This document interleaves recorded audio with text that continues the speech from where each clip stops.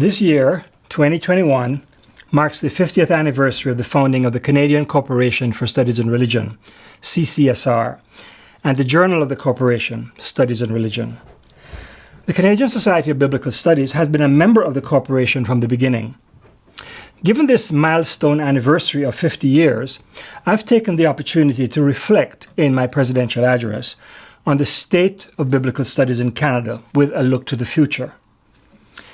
This anniversary comes at a particularly momentous time in our world, a time that disrupts the possibility of unvarnished celebration. Just as we might want to focus on the achievements of the corporation or the CSBS, we're reminded that academic discourse doesn't take place in a social vacuum. It's promulgated by actual people in the context of a real world, often characterized by extreme hardship and suffering. Although the COVID-19 pandemic was new to North America in 2020, the physical and emotional suffering it caused was exacerbated by long-standing racial and economic disparities in our societies. And these disparities, especially evident in the violence perpetrated on Black and brown bodies and souls in the US, have erupted into plain view for all to see. So it is well nigh impossible to simply celebrate the achievements of the CCSR or the CSBS without some critical analysis of our social context. Various events of the last year have also found their way into the business of the Executive Committee of the CSBS. And here I'm going to quote from the email that our Vice President and President-elect Colleen Shantz sent to the membership in April. Over the past 12 months, the executive was asked to respond to these events: the closing of a religion department and the cutting of tenured faculty, Donald Trump's use of military force to facilitate a photo op using a Bible as a prop, the violence of white supremacy and the residual racism in our society, the conviction of a biblical scholar for possession of child pornography. Now, for those of us on the executive, the request for comment raised the question of the basis upon which we'd be speaking for our society. In what way are the events and concerns like these intrinsic to our identity as an academic society that studies ancient texts and contexts? Could we articulate the principles of our society in such a way that would allow for more meaningful responses in the future? And finally, could we clarify the purposes of our society in a way that might be appropriately proactive rather than just reactive? This discussion within the CSBS executive has stimulated my own thinking on the state of biblical studies in Canada. My reflections here don't represent a formal position statement of the society. Rather, they're in the nature of a personal opinion piece. I'm going to draw on my own experience as a lens to analyze the history of Canadian biblical studies and to envision some possibilities for the future. But having decided to reflect on the state of Canadian biblical studies, I find I'm at something of a disadvantage. Although I've presented 17 papers at CSBS meetings over the years since I became a member in 1992, and I've presented a total of 28 papers at 5 Canadian learned societies, I'm an outsider to formal biblical studies in Canada. Despite completing both master's and doctoral degrees at Canadian institutions, I'm a Jamaican by birth and ethnicity. I began biblical studies on the political and scholarly periphery of North America in what is today called the Global South, or the Two-Thirds World. I immigrated from Jamaica to Canada only after my formative studies for a Bachelor of Theology degree at Jamaica Theological Seminary. And my immersion in graduate biblical studies took place in the US, between my 2 Canadian degrees. To complicate matters further, I've not lived in Canada for the past 25 years, since I obtained a faculty position in Rochester, New York. So while I'm no stranger to Canadian biblical scholarship, and I've interacted extensively with Canadian biblical scholars at the Congress for 30 years almost, my reflections will inevitably be colored by my outsider status. Perhaps an account of my initial theological and biblical formation in Jamaica might be helpful, since it is foundational to how I see both the development and the possible future of biblical studies in Canada. I grew up in Kingston, the Jamaican capital, a 4th-generation Jamaican on my father's side, with my mother's side going back considerably further to Jews fleeing the Spanish Inquisition centuries earlier. In my later life, I've come to understand that I've been profoundly shaped by my experience of coming to adolescence in a post-colonial Jamaica, a nation just beginning to break out of British cultural influence, with the increasing reach of American economic hegemony and cultural globalization. Becoming an adolescent in what was then called a conscious Jamaican culture of the 60s and 70s, influenced by the rise of Black Power and the growing popularity of Rastafari, it was impossible for me not to be exposed to suspicions of the cultural and economic imperialism of the West. This suspicion would ultimately ground my search for an alternative to a Eurocentric reading of the Bible. I was first exposed to the Bible in my teenage years through my participation in the Jamaican church.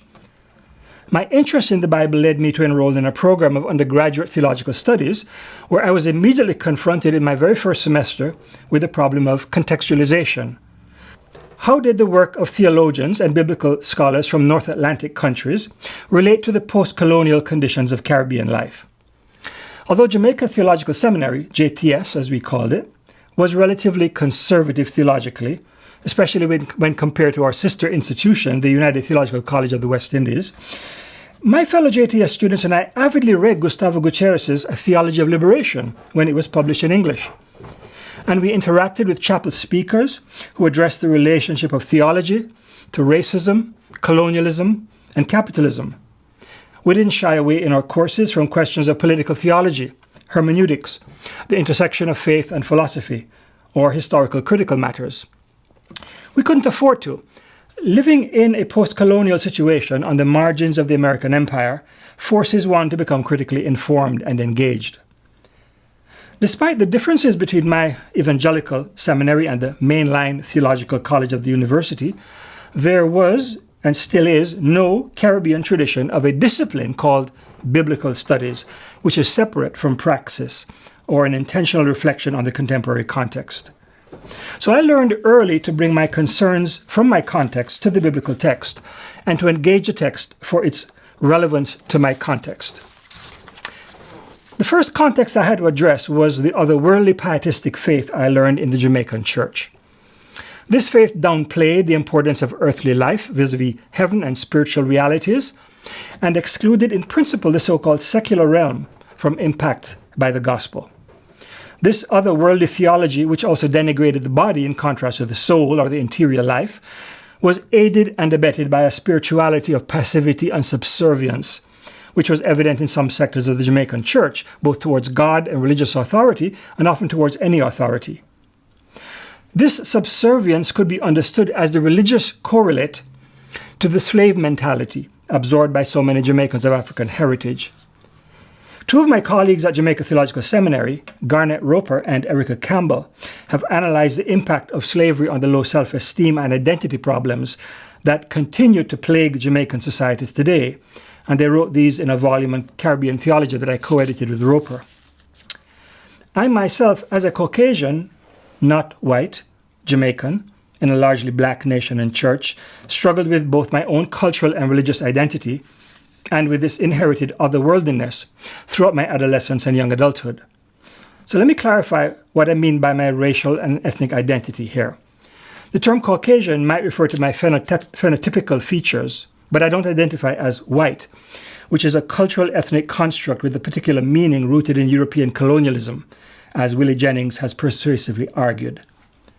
My ethnic identity is Jamaican, or to be more precise, given the hybridity that comes from having lived in 3 different cultures, I am a Jamericadian, a term my wife and I often use in self-description.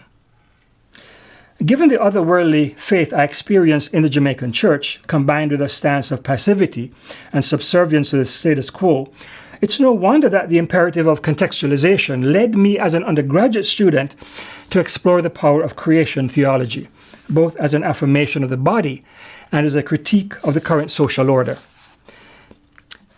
This creation theology emphasizes God's desire for the flourishing of the world, which spoke deeply to me at that time. Responding to the matrix of otherworldly theology generated my initial engagement with the Bible, a co-authored work called The Transforming Vision, written when I was a graduate student. And I continue to address this otherworldly context, at least implicitly, in many of my later publications on biblical texts and themes, including The Liberating Image on the Imago Dei and A New Heaven and a New Earth on a Holistic Eschatology. But beyond the otherworldliness and the subservience of many Jamaican Christians, there was and still is a contrary tendency in Jamaican society, a tendency that is suspicious of those who wield power. This tendency is rooted in the slave experience of resistance. Jamaicans are typically aware of the heritage of the Maroons, escaped slaves who, beginning in the mid-17th century, lived in free communities in the mountainous country in the interior of Jamaica, and who received treaty rights analogous to indigenous peoples in Canada and the US. But beyond these specific communities of resistance, there was a general tendency of resistance among many enslaved Africans, sometimes coming to the fore in explicit slave rebellions, though this resistance was often of a more covert variety. And the resistance theology derived from the slave experience is what motivated the Morant Bay Rebellion of 1865, led by the Black Baptist preacher Paul Bogle, in protest of injustice by the British ruling class, which had continued after formal emancipation of slaves in 1838. One of the well springs of this resistance was the folk tradition of Anansi, which the slaves brought from West Africa. Brer Anansi, similar to Brer Rabbit in the US, Brer Anansi is a spider who is the infamous trickster figure inherited from Ashanti folklore. And Anansi has to negotiate his relationship with the larger and more dangerous animals of the jungle. Most Jamaicans, especially in earlier generations, and particularly in the rural areas, grew up with a treasure trove of Anansi stories concerning how Anansi outsmarted tiger, snake, John Crow, and many other animals. I myself grew up with Anansi stories, many told by my father, others narrated on the radio before TV came to the island. While Anansi was not always morally upright and often was downright lazy, he was the hero of many tales because, as I'd put it today, he refused to accept the power structures of the jungle as legitimate, and the term dungle is actually a term for some of the slum areas in Kingston. Instead, Anansi always found an angle to work from which he could dissent from the status quo, in limited or temporary ways, even overturn it. As the introduction to a reprint of Jamaica Anansi stories collected in 1919 and 1920 puts it, Anansi is the spirit of rebellion. He is able to overturn the social order. He can marry the king's daughter, create wealth out of thin air, baffle the devil and cheat death. Even if Anansi loses in one story, you know that he will overcome in the next. For an oppressed people, Anansi conveyed a simple message from one generation to the next, that freedom and dignity are worth fighting for at any odds. The figure of Anansi is so central to the cultural traditions of Jamaica that even when many young people today are unacquainted with a range of Anansi stories, they've been influenced by the Anansi mindset. This is the mindset of resistance that contributed to the founding of the Universal Negro Improvement Association by Marcus Garvey in 1914, and that gave rise to the trade union movement from which we got the first political parties in Jamaica, with the push for universal adult suffrage. This led to the universal right to vote in 1944 in Jamaica.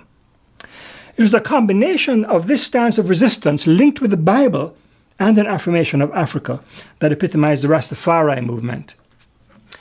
Rastafari originated in the slums of Kingston during the 1930s as a protest of the racism embedded in Jamaican colonial society and the brutality of the continuing system of governance. Yet beyond protest, Rastafari from the beginning was grounded in a positive affirmation of black dignity and drew extensively on both the Bible and African culture. The beginnings of Rasta had to do with the crowning of Rastafari Makonnen as Haile Selassie I, Emperor of Ethiopia in 1930, and the Rastafarians began to articulate a worldview alternative to the mainstream of Jamaican society. It was based on my respect for Rastafari, rooted in street conversations I had with Rastas when I was a teenager, that I later in life came to explore the subversive power of the Rastafari vision, especially its use of the Bible, evident in the music of Bob Marley and the Wailers, and I wrote an essay on that called Identity and Subversion in Babylon. What these Jamaican political and religious movements have in common is a suspicion of the claims to legitimacy on the part of those with power, and the desire to take the side of the sufferer, to use a common Jamaican term for the disenfranchised. It was precisely this suspicion that I could tap into for my reading of the Bible against Eurocentrism. Okay, I've tried to sketch something of my Jamaican cultural context, because I've come to understand that this context undergirds and constrains my approach to biblical studies. I'll shortly bring this context to bear explicitly on my evaluation of the present state and possible future of Canadian biblical studies.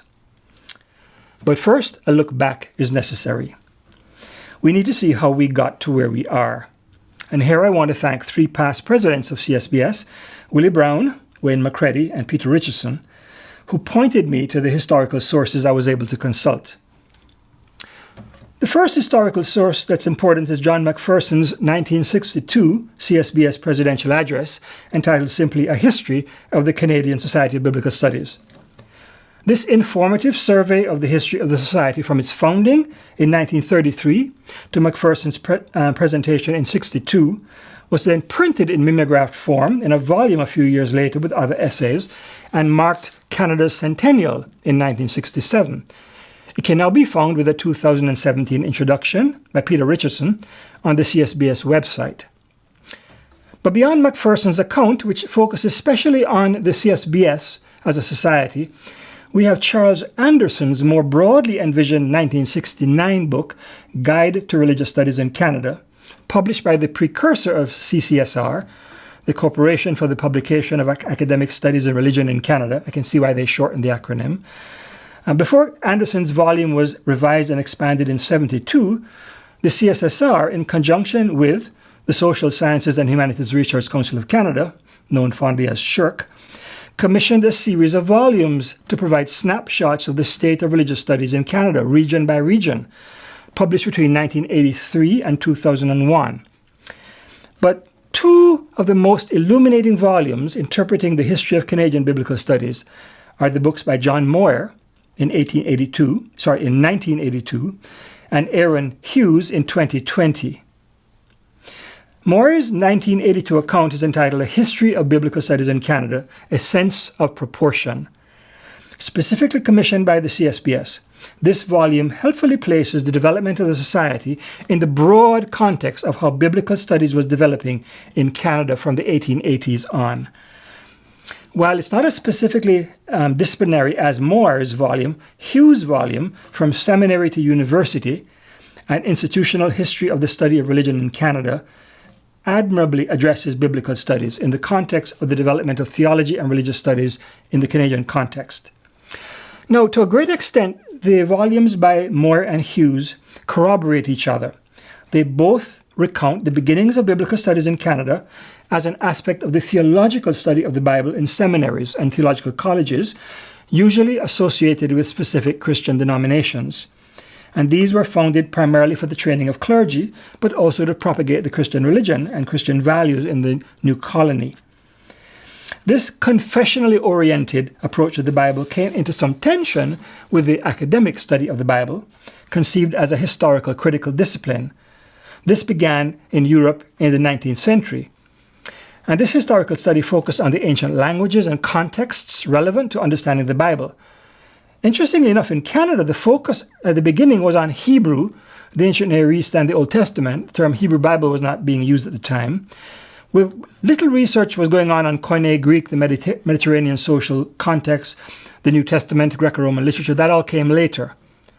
The debated question over which there was much disagreement was whether one could hold to a historical approach to the Bible and yet treat the text as a normative, theological, and ethical source for living.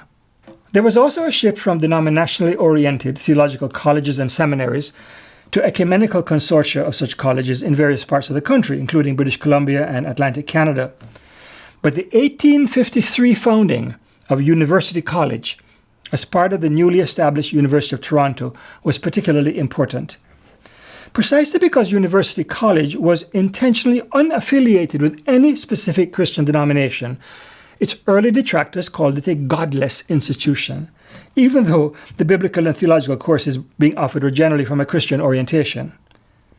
Finally, as an outcome of the Quiet Revolution in Quebec and the policy of multiculturalism by the Canadian government, along with increased immigration to Canada, a new discipline emerged, religious studies, formally decoupled from explicit religious affiliation and with non-Western religions included in its purview. Beginning with McMaster University in 1960, departments of religious studies began to be established at various Canadian universities in the 1960s and 70s, housed in faculties of the arts or the humanities. The result today is that biblical studies can now be found both in religious studies departments of the provincial university system and in theological colleges and seminaries with various degrees of religious or denominational affiliation.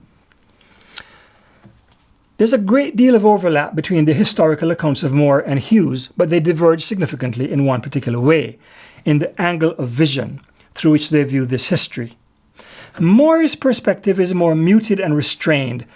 On the surface, one might almost think he was giving a simple analytic account of developments with an endless list of names, accomplishments, faculties, publications, and so forth. But a closer reading shows affinities with a reserved Anglo-Canadian, perhaps even quintessentially British point of view. That can be seen in the book's subtitle, A Sense of Proportion, which suggests that the history of Canadian biblical studies epitomizes the Aristotelian golden mean, an emphasis on being balanced, eschewing extremes. Moore's approach also shows up in several chapter titles, which are quotes taken from particular figures in the history of Canada. So his chapter on Canadian biblical studies in the late 19th and early 20th centuries is entitled A Sane and Tactful Course. His chapter on the impact of historical criticism on the Canadian scene is called Frank Scientific Discussion. And his final chapter, which recounts Canadian biblical scholarship in an international context since World War II, concludes that this scholarship has achieved no mean place, which is a somewhat self-deprecating way of acknowledging importance. Now, none of this in itself is a criticism of Moore. There simply is no neutral historiography. Every historian has an angle of vision and not only selects the data, but construes the data in light of their point of view. Now, Aaron Hughes' point of view is much more explicit. He introduces his book by highlighting his overall argument, namely, that both theology and religious studies, and includes biblical studies, whether conceived as confessionally done or scientifically done, it's all been defined and developed in Western countries, he claims, including Canada, to serve national interests.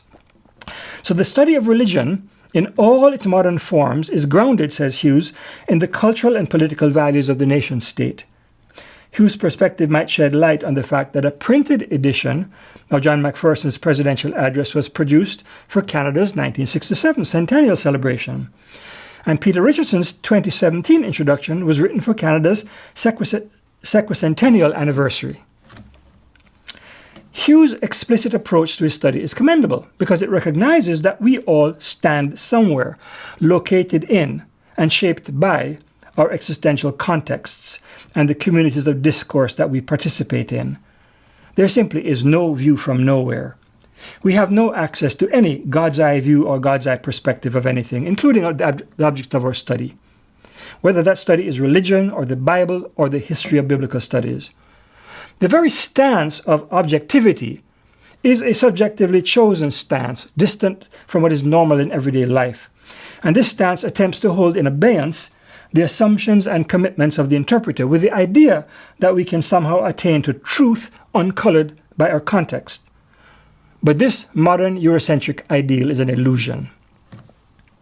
Granted, we need to treat our object of study justly and fairly, respecting the integrity and otherness of the discipline or the subject matter, not twisting it to conform to either our preconceived common sense notions or our scholarly paradigms. But the very idea of justice or fairness rooted in respect for others, which I affirm, is itself a subjectively chosen stance. The history of biblical studies in Canada, but not only in Canada, has been decisively shaped by the attempt to construct and define an academic discipline in such a way as to separate it from the subjectivity of theological and ecclesial commitments and contexts.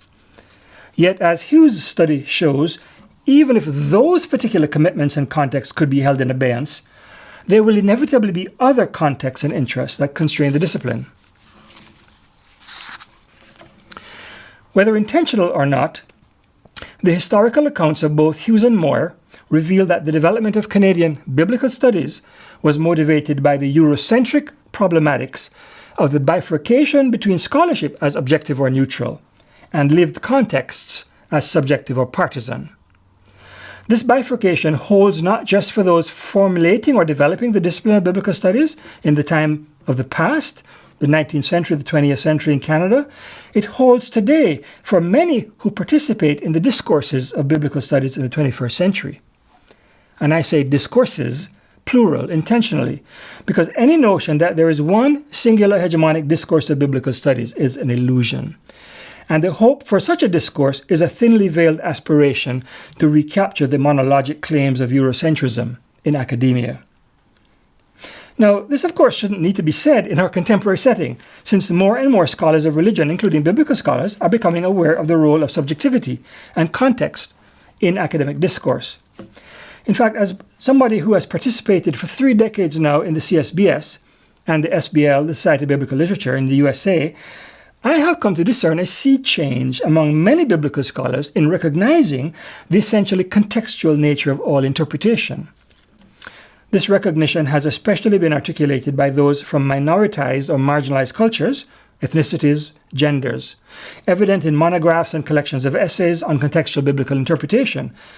One of the earliest of these was Stony the Road We Trod, African American Biblical Interpretation, 1991. But the number of such publications has multiplied in recent times beyond the ability of anybody to document easily. These works, some already classics, others recently penned, represent voices from the Americas, Europe, Africa, Asia, and Pacifica, which make the argument that it's not only appropriate, but it's ethically important to bring the biblical text into conversation with our contemporary contexts and existential concerns. And thankfully, many biblical scholars who are not from minority groups are beginning to recognize the validity of this approach. For this reason, the Society of Biblical Literature sponsored 2 online panels in 2020 with the title #Black Scholars Matter, Visions and Struggles. Biblical scholars of African descent, including one Canadian, spoke about their experience in the Biblical Studies Guild and offered their perspectives. The question of this presentation is whether such a contextual approach to biblical studies will find a place in Canada. A step in that direction is the recent job posting at the University of Toronto for a position in ancient Christian and Jewish texts and their reception. The posting looks for candidates who demonstrate not just long-term engagement and commitment to the study of ancient Christian and Jewish texts, but also their reception, including within Black communities of interpretation in the Americas. Another step in this direction is a collection of essays by Canadian biblical scholars entitled Reading in Between: How Minoritized Cultural Communities Interpret the Bible in Canada. This volume was originally conceived as an exercise in narrative hermeneutics, linking personal and cultural narratives to biblical interpretation by scholars of the Bible who had immigrated to Canada. I myself was invited to write an essay for this volume, but needed to withdraw when the focus for the volume changed somewhat, and I was unable to redo my piece in time for the publication. But I'm grateful to the editors for the initial invitation because it forced me to reflect in a systematic and intentional way on how my Jamaican context contributed to my approach to biblical studies. I presented these reflections to the Canadian Theological Society in 2015, but I was also able to draw upon them in my account of my own Jamaican context in this very presentation. Now, it may be significant that in 2015, I gave my paper to the Canadian Theological rather than Biblical Society, even though CSBS is where I presented most of my Congress papers over the years, because at the time I discerned greater interest among Canadian theologians than biblical scholars in addressing the contextual nature of scholarship. Now, that's not to say that there's been no such interest at the CSBS. For example, Hebrew Bible scholar Wes Bergen wrote a fascinating book called Reading Ritual on Leviticus in a postmodern context, addressing contemporary ethical issues in conversation with this ancient text. Or Haitian-Canadian Ronald Charles has been recently writing on his experience of bridging multiple languages and cultures as an act of decolonization in New Testament studies. They're not yet published. They're going to be published, one this year, one next year. It's often been members, past or present, of the CSBS executive who have done this kind of work. So past President Christine Mitchell, president from 2017 to 2018, gave her presidential address on reading biblical conquest stories in light of the rights of Indigenous peoples in Canada. It was published just this year. Past President Marion Taylor, 2011 to 2012, and current program coordinator Agnes Choi co-edited and contributed essays to the Handbook of Women Biblical Interpreters. Mark Lexer, current executive secretary, who was simultaneously the 2019-2020 president of the Mid-Atlantic region of the SBL, illustrating the typical border crossing of Canadian biblical scholars, gave a very powerful and timely presidential address that insightfully drew on contemporary politics in the age of Trump to read the figure of David in 1 and 2 Samuel. Past President Adele Reinhardt from 1997 to 98, who recently just completed her term as SBL president last year, another example of border crossing, focused her SBL presidential address on what biblical studies might learn from the hermeneutics of chutzpah, a Jewish term. She's a Jewish scholar, but she was looking at how this was practiced by African American biblical interpreters, including those who explicitly relate, she says, their lived experience to their reading of the biblical text. That's now published in the JBL. But my earliest exposure to a Canadian biblical scholar bringing contemporary context into conversation with the biblical text was David Jobling. His 1993 presidential address, entitled Hannah's Desire, was given during the second CSBS meeting that I attended. Having asked what the character of Hannah in the narrative of 1 Samuel wanted, what the narrator wanted, what the various readers wanted, Jobling concluded by asking and answering, "What do I want?" This concluding section of the paper anticipated the more fully developed argument in his monograph on 1 Samuel, the first chapter of which has the subtitle, An Autobiographical Essay on Method. These examples of Canadian biblical scholars illustrate the growing interest in bringing the specificity of our contemporary contexts and lived experience to the academic table to engage the biblical text dialectically, both interrogating the text from the interpreter's context and asking how the text might speak to that context. Yet, not everyone is comfortable with the explicit starting point of lived experience. Biblical scholars have no problem affirming the importance of ancient context for the study of the Bible. That's an essential aspect of the discipline. But there is often an effacing of the subject, to use an apt Derridian term, when it comes to recognizing one's own context. There still remains a scholarly unease about acknowledging subjectivity, a remnant of what has colorfully been called Cartesian anxiety. Let me quote from an earlier work of mine where I addressed this question. The admission of subjectivity does not disqualify one's interpretation, as if there were some other, more viable hermeneutical alternative waiting in the wings.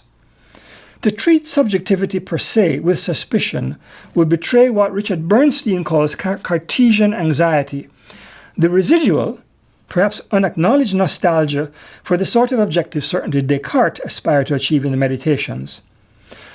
This aspiration, though now widely recognized as unattainable and illegitimate, still exercises a profoundly unsettling influence over the sense of epistemic security among many scholars across a wide range of disciplines in the contemporary academy. I propose it's time that the Canadian Society of Biblical Studies gets beyond its Cartesian anxiety. This will require us to deborder the discipline, bringing what sometimes seems like a hermetically sealed and protected field of study into conversation with our subjectivity and contexts. It will require us to take seriously the embeddedness of biblical studies and all academic discourse in the complexity of the real world. Not only does all scholarship arise out of concerns, interests, and questions that come from our contexts, but all scholarship has the potential of speaking powerfully to our contexts in a world that is often characterized by suffering and injustice. Now, this is not the place to provide an exhaustive listing of the forms of suffering and injustice that afflict peoples of the world today, but we can think of humanly generated climate disaster and ecological degradation, war, terrorism, sex trafficking and slavery, domestic violence, police brutality, the mistreatment of native peoples.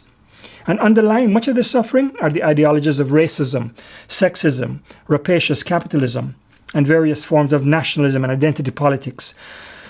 And many of these ideologies absolutize the subject identified with an in-group while demonizing others, typically in the name of some ideal.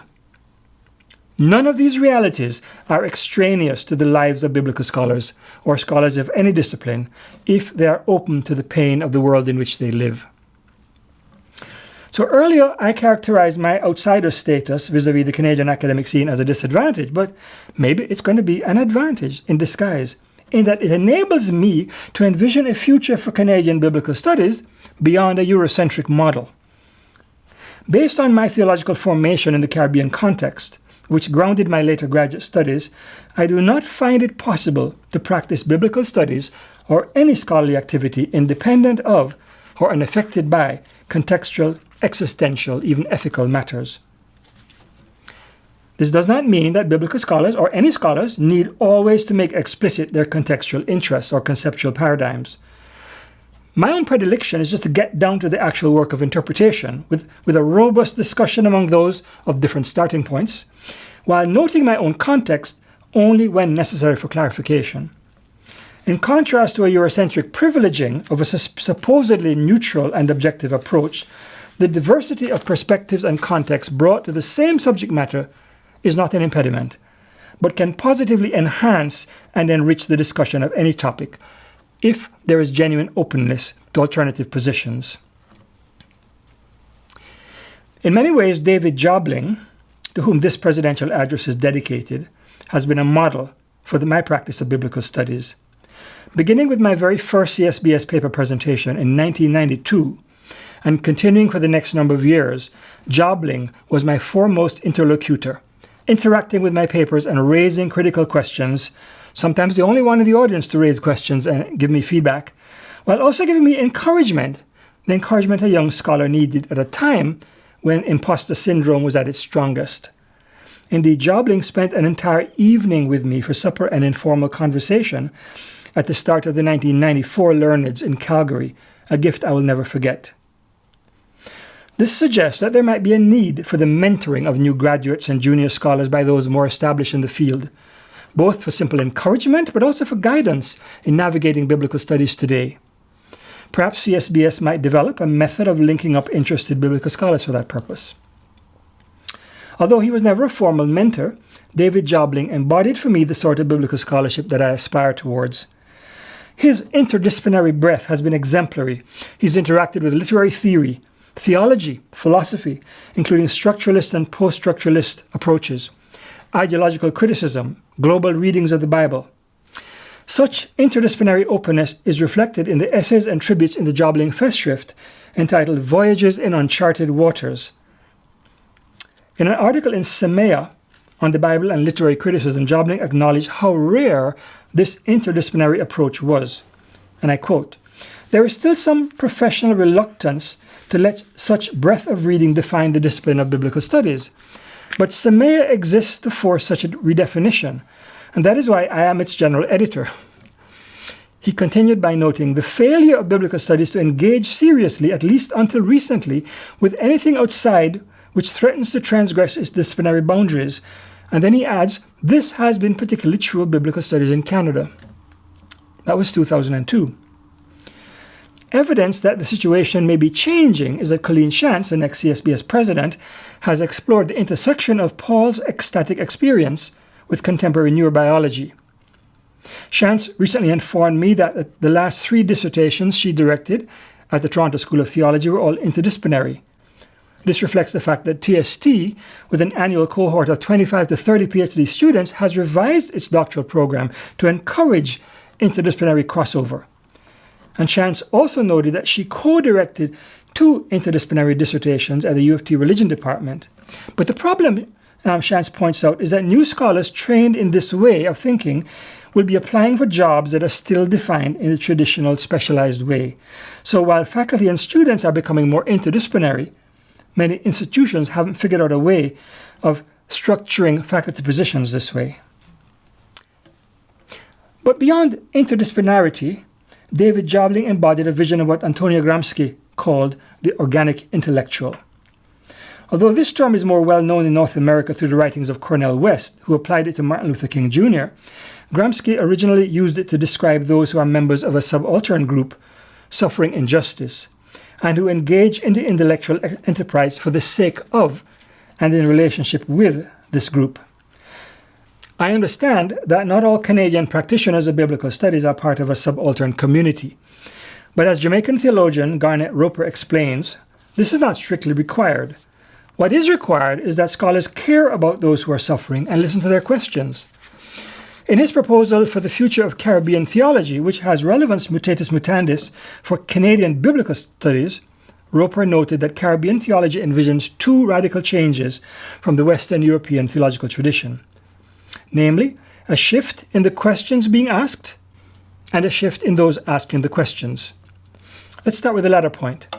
Roper notes that the dialogue partners of Caribbean theology are, quote, not armchair secularists or academics, but those from below, and they're interested in questions of justice. Specifically, these dialogue partners are the poor and the marginalized, along with the pastors and intellectuals who share an organic connection with the marginalized or a commitment to and solidarity with them. While the phrase organic connection alludes to Gramsci's notion of the organic intellectual, Roper's mention of commitment and solidarity that intellectuals may share with the marginalized suggests it is possible for scholars to have a profound sense of connection with people different from themselves. Jobling has consistently attempted to address the conditions and the concerns of those Frantz Fanon called the wretched of the earth. But Roper also notes that the very questions we ask after Eurocentrism may be different. And here I quote again, Caribbean theology is not interested in an armchair discussion about metaphysics or ontology, that is, whether God exists, but rather poses questions that are both ethical and existential. It wants to know what kind of God is the God that exists. By analogy with Roper's description, I propose it is not enough to study the Bible and its historical, cultural, and literary contexts at arm's length as an artifact from the past, nor is it enough to bring biblical studies into an interdisciplinary dialogue with other academic fields, because that can still serve to keep biblical studies artificially in the realm of the theoretical. Rather, what we need is to bring biblical studies also into intentional conversation with our present social and religious contexts, exploring how we might address contemporary concerns of ethical significance. This will require spreading the table of biblical studies widely enough to welcome scholars who bring such concerns to their scholarly work.